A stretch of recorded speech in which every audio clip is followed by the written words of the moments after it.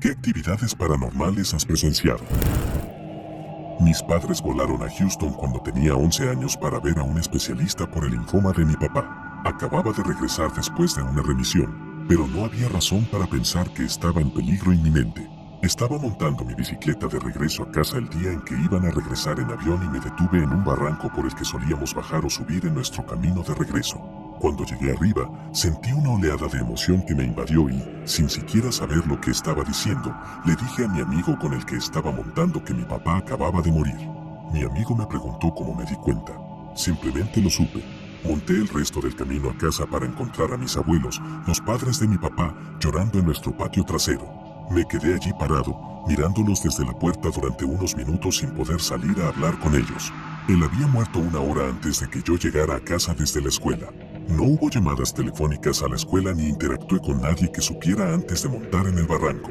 Simplemente lo supe cuando esa oleada me invadió. Una vez más, no había razón para pensar que estaba cerca de fallecer. Había contraído neumonía mientras estaba en Houston y murió a causa de eso.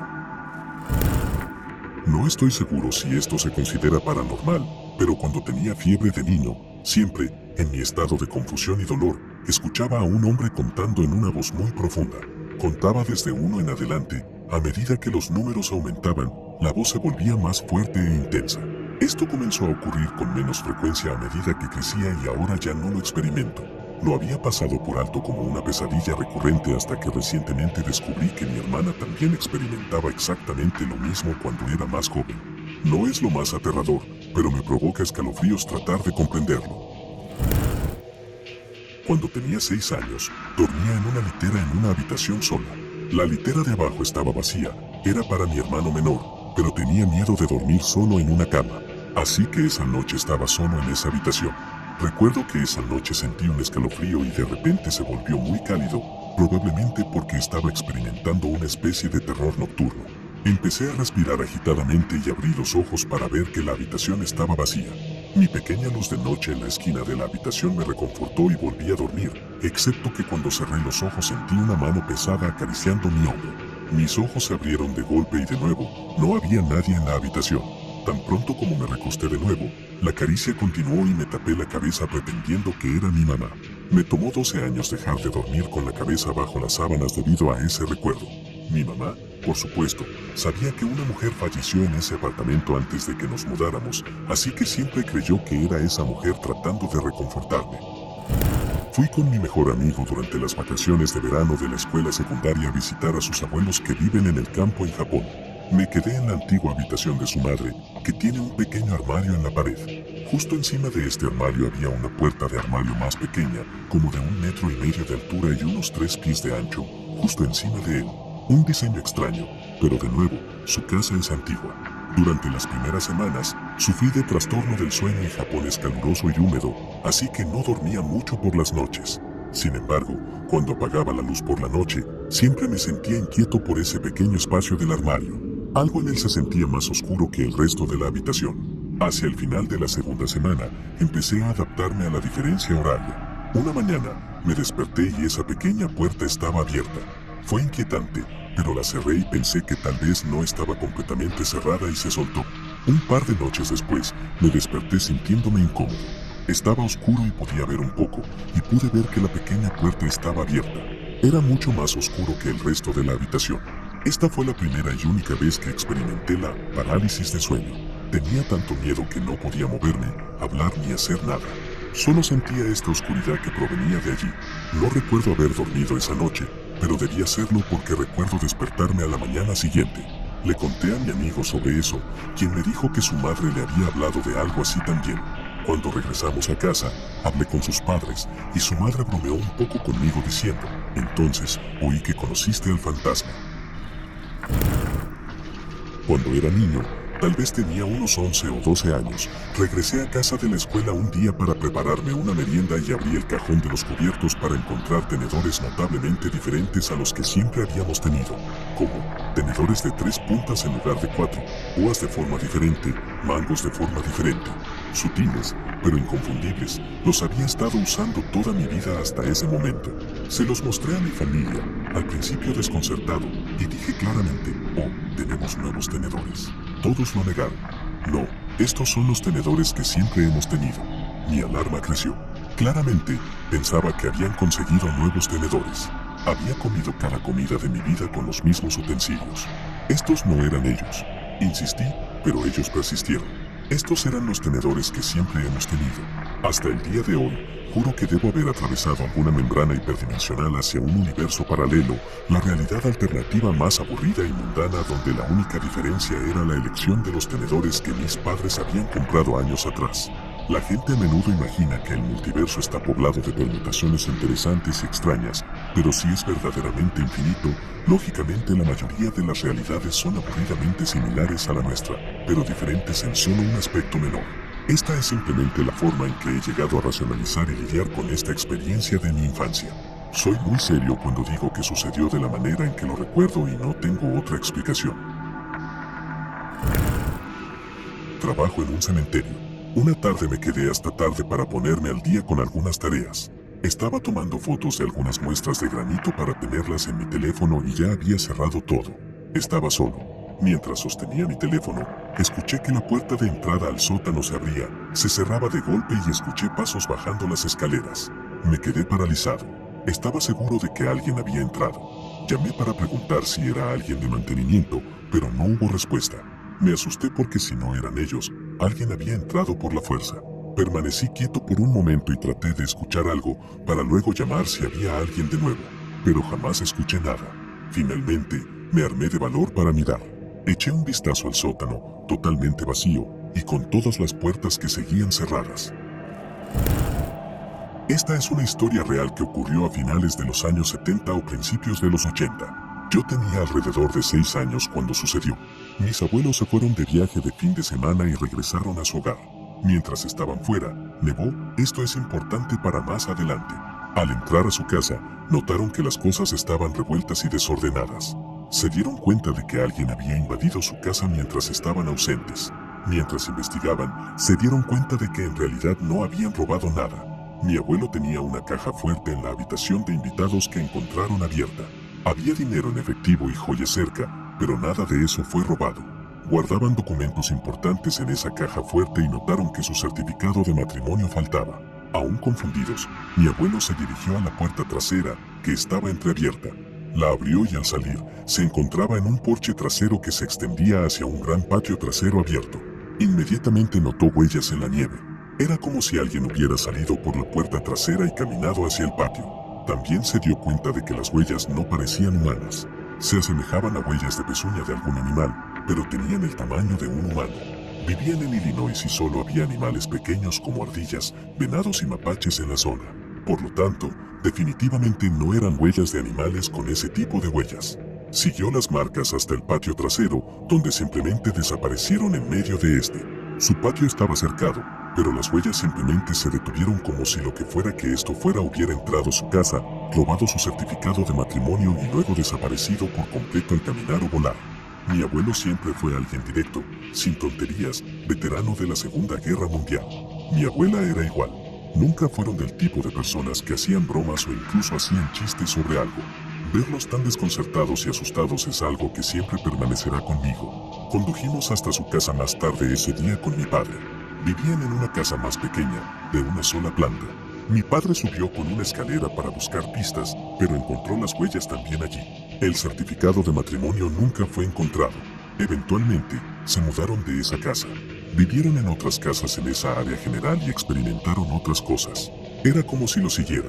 Una de las cosas que más los perturbó fue en una de sus nuevas casas, que escucharon que el timbre sonaba a las 3 de la madrugada. Se despertaron y mi abuela abrió la puerta para no ver nada, pero si alguien hubiera tocado la puerta, no había ningún lugar donde esconderse. Cuando mi padre creció, también experimentó muchas cosas extrañas. Una noche de fin de semana tarde, mis padres salieron a una fiesta, así que solo mi hermana y yo nos quedamos en casa. Escuché a mis padres llegar a casa, así que como un niño, apagué instantáneamente todos mis videojuegos y fingí estar dormido. Cuando era pequeño, siempre me iba a la cama con una pequeña lámpara encendida.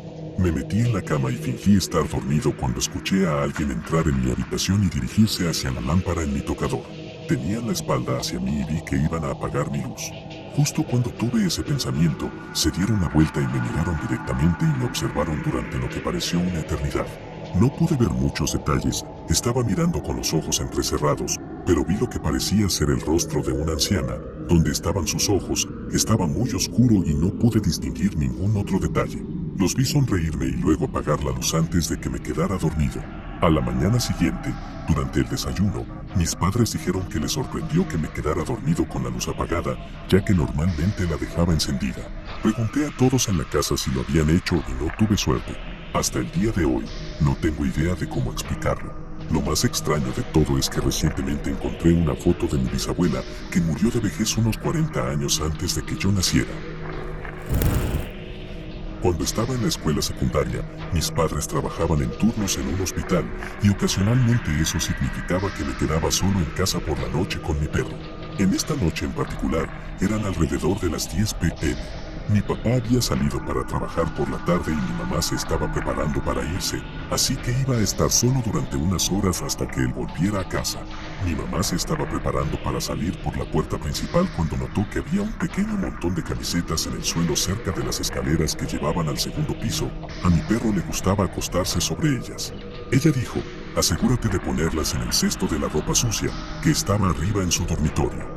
Yo asentí, me agaché para recogerlas y las lancé hacia arriba, y cayeron en el pasillo de arriba, así que las podría recoger desde allí cuando subiera. Me di la vuelta y vi a mi mamá diciéndole adiós a nuestro perro y dándole algunas palmaditas en la espalda antes de irse. Le hice un gesto de despedida a mi mamá mientras cerraba la puerta, y luego llamé a mi perro para que subiera mientras yo me preparaba para ir a la cama. Subimos las escaleras juntos y cuando llegué arriba noté que la ropa no estaba en el pasillo. Revisé mi habitación, que estaba justo al lado de donde creía haberlas lanzado, y tampoco estaban allí. Caminé por el resto del pasillo de arriba y entré en la habitación de mis padres, y ahí estaba la ropa, en medio del suelo. Con la distribución de la casa de mis padres, no había forma alguna de que mi lanzamiento hubiera llegado tan lejos y hasta su habitación, en dirección perpendicular a la que había lanzado. Ni yo ni mi perro las habíamos tocado después de que las lanzara. Sentí un escalofrío cuando vi eso, y luego me agaché para recoger el montón de ropa.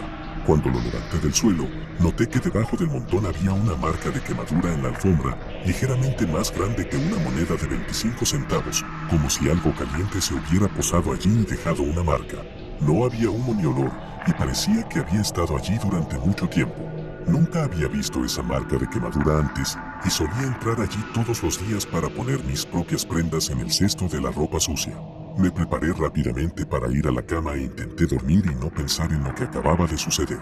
Aún no tengo ninguna explicación para eso y pienso en ello de vez en cuando. Una vez, mi hermano estaba hablando por teléfono con su novia cuando ella comenzó a decir que podía escuchar a una anciana pidiéndole a mi hermano un vaso de agua. No había nadie cerca de él, así que lo ignoró, pero ella seguía insistiendo. Colgó el teléfono y fue a revisar a nuestra abuela, quien estaba en su habitación, y la encontró sin vida. Avanzando un par de años, alrededor de las 11 p.m., yo estaba hablando por teléfono con una chica cuando vi a un hombre en bicicleta pasar. El teléfono estaba junto al alféizar de la ventana, en el mismo lugar que mi hermano. Fue entonces cuando me di cuenta de que ella dejó de hablar y le pregunté si todavía estaba allí. Ella se disculpó porque pensó que me metí en problemas. Le dije que no, y le pregunté por qué dijo eso, y ella respondió que alguien le decía, deja de hablar por teléfono, es tarde. Estaba solo, todos en la casa ya estaban dormidos. Le pregunté si era la voz de alguien que pudo haber sonado como un anciano y ella dijo que sí.